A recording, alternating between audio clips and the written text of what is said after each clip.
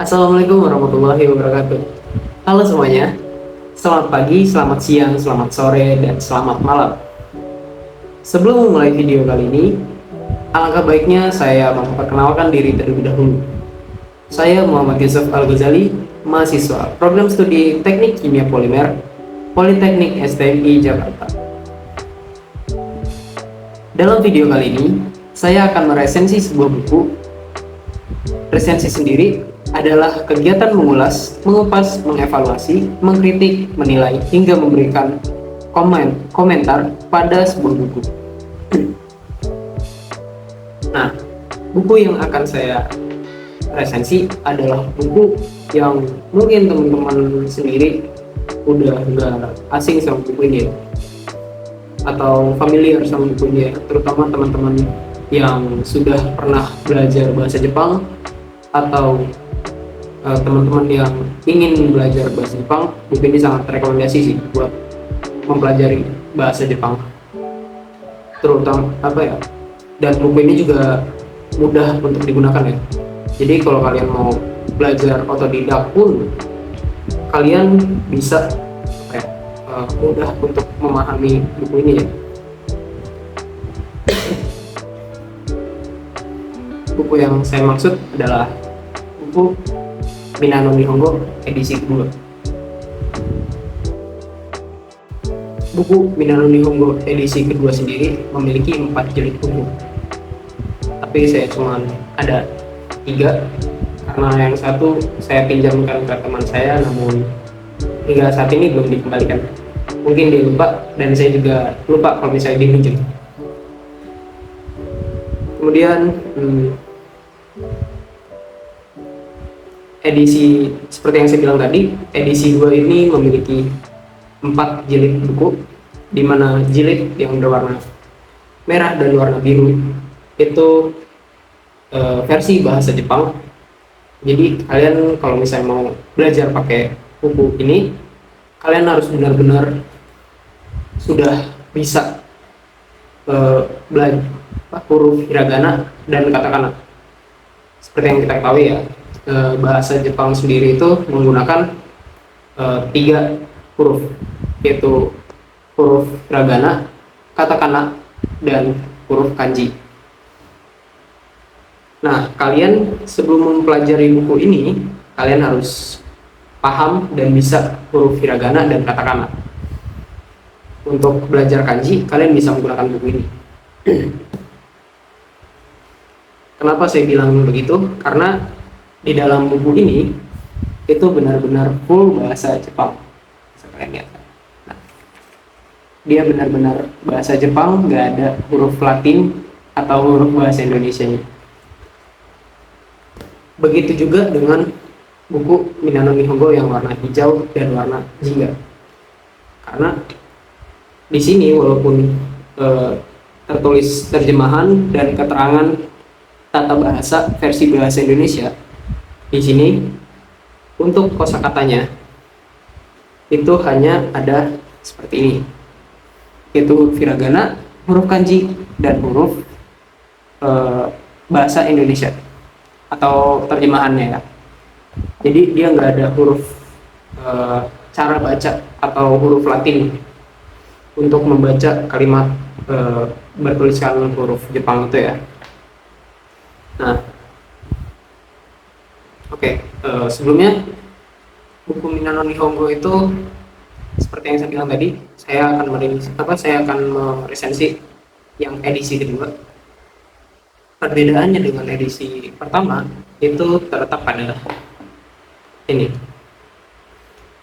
Di edisi kedua kita diberikan free atau CD secara gratis, mendapatkan bonus CD. CD itu seperti yang kita tahu ya, dalam belajar bahasa itu lebih efisien dengan 3 cara, yaitu membaca, menulis, dan mendengarkan. Fungsi CD ini adalah untuk mendengarkan ya. Kemudian perbedaan dari buku 1 dan buku edisi yang kedua atau edisi yang terbaru itu terletak dari kosakata yang digunakan. Di kosakata edisi pertama itu bisa dibilang kosakata yang sudah hmm, tidak digunakan lagi, atau hal-hal yang sudah nggak ada di zaman sekarang gitu. Jadi bisa dibilang ketinggalan, bukan ketinggalan zaman ya. Kita ambil contoh, misalnya kosakata firugu. Firugu atau artinya itu film. Film yang dimaksud itu bukan film yang ada di bioskop yang bisa kita tonton seperti itu ya. Tapi film yang dimaksud itu adalah film dulu kan kita kalau misalnya untuk foto itu menggunakan kamera yang ada roll filmnya ya. Nah, film yang dimaksud itu adalah roll film itu. Sifat fisik dari buku Minna no Nihongo ini itu memiliki tinggi dari sini sampai sini. Itu tingginya sekitar 20 cm. Kemudian dengan panjang buku atau lebar buku, lebar buku itu sekitar 16 cm. Dirilis untuk edisi kedua ini dirilis pada tahun 2018 dan penulis dan penerbitnya itu 3A Corporation di Jepang. Sedangkan untuk di Indonesia sendiri dipublikasikan oleh Lintas Cipta Pustaka.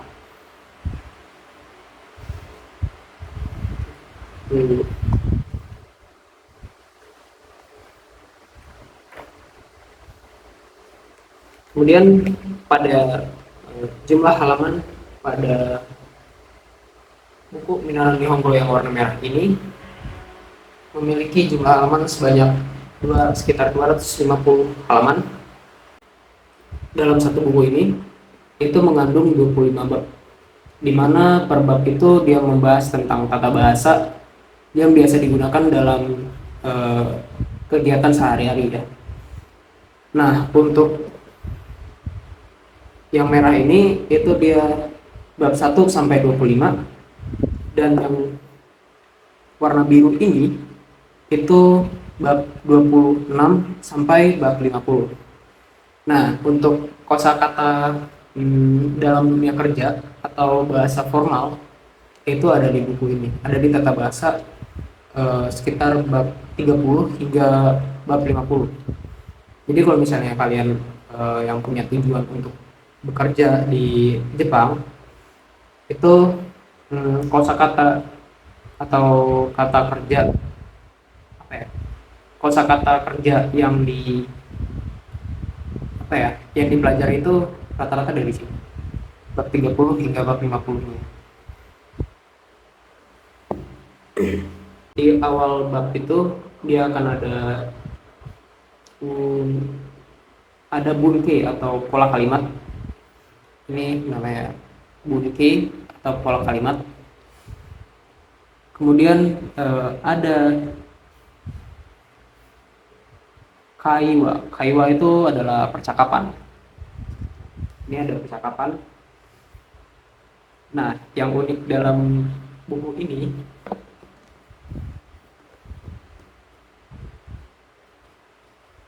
kalian akan menemukan karakter-karakter yang mungkin kalian akan menemukan karakter seperti ini. Ini adalah karakter yang digunakan dalam kaiwa atau percakapan.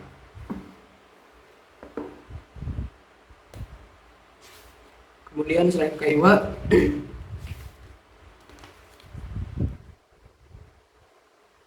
ada kenshu atau latihan. Di sini latihan A, kemudian ada latihan B, di mana latihan B ini biasanya berisi kita mendeskripsikan sebuah gambar gitu ya. Misalnya gambar orang lagi nyanyi, itu bahasa Jepangnya apa gitu. Kemudian ada rensuche. Rensuche itu biasanya berisi ini. Kalian membuat pola kalimat seperti pada halaman sebelumnya. yang dijelaskan gitu ya. Kemudian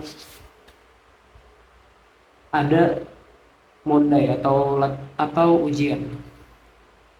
Nih, mondai itu biasanya menggunakan eh, CD yang tadi kita bahas yang di depan, menggunakan CD itu. Kemudian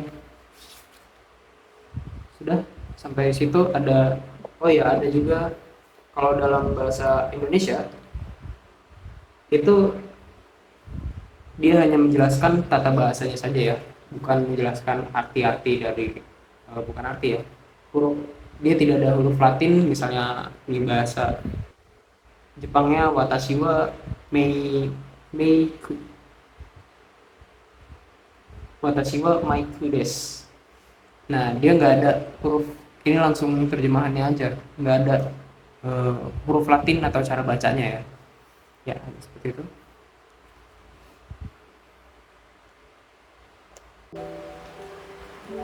Kelebihan buku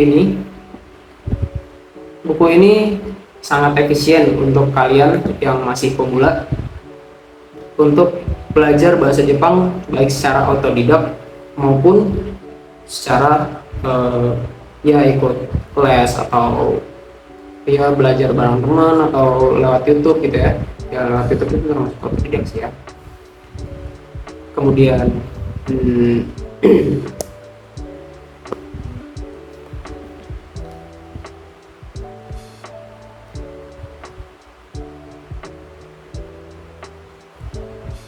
buku ini cukup mudah dimengerti ya, seperti yang saya bilang tadi di awal. Jadi untuk yang pemula bisa bisa belajar menggunakan buku ini sebagai media belajarnya. Kekurangan dari buku ini yang menurut saya, buku ini gak ada Latinnya, jadi kalian harus benar-benar berusaha untuk mempelajari bahasa huruf hiragana dan katakana yang terlebih dahulu, baru kalian bisa menggunakan buku ini. Kalian bisa mendapatkan buku ini di toko buku atau di toko online ya. Ini saya sendiri pun juga belinya di toko online. Oke, mungkin itu aja yang bisa saya sampaikan. Kurang lebihnya mohon maaf. Wassalamualaikum warahmatullahi wabarakatuh. Ya.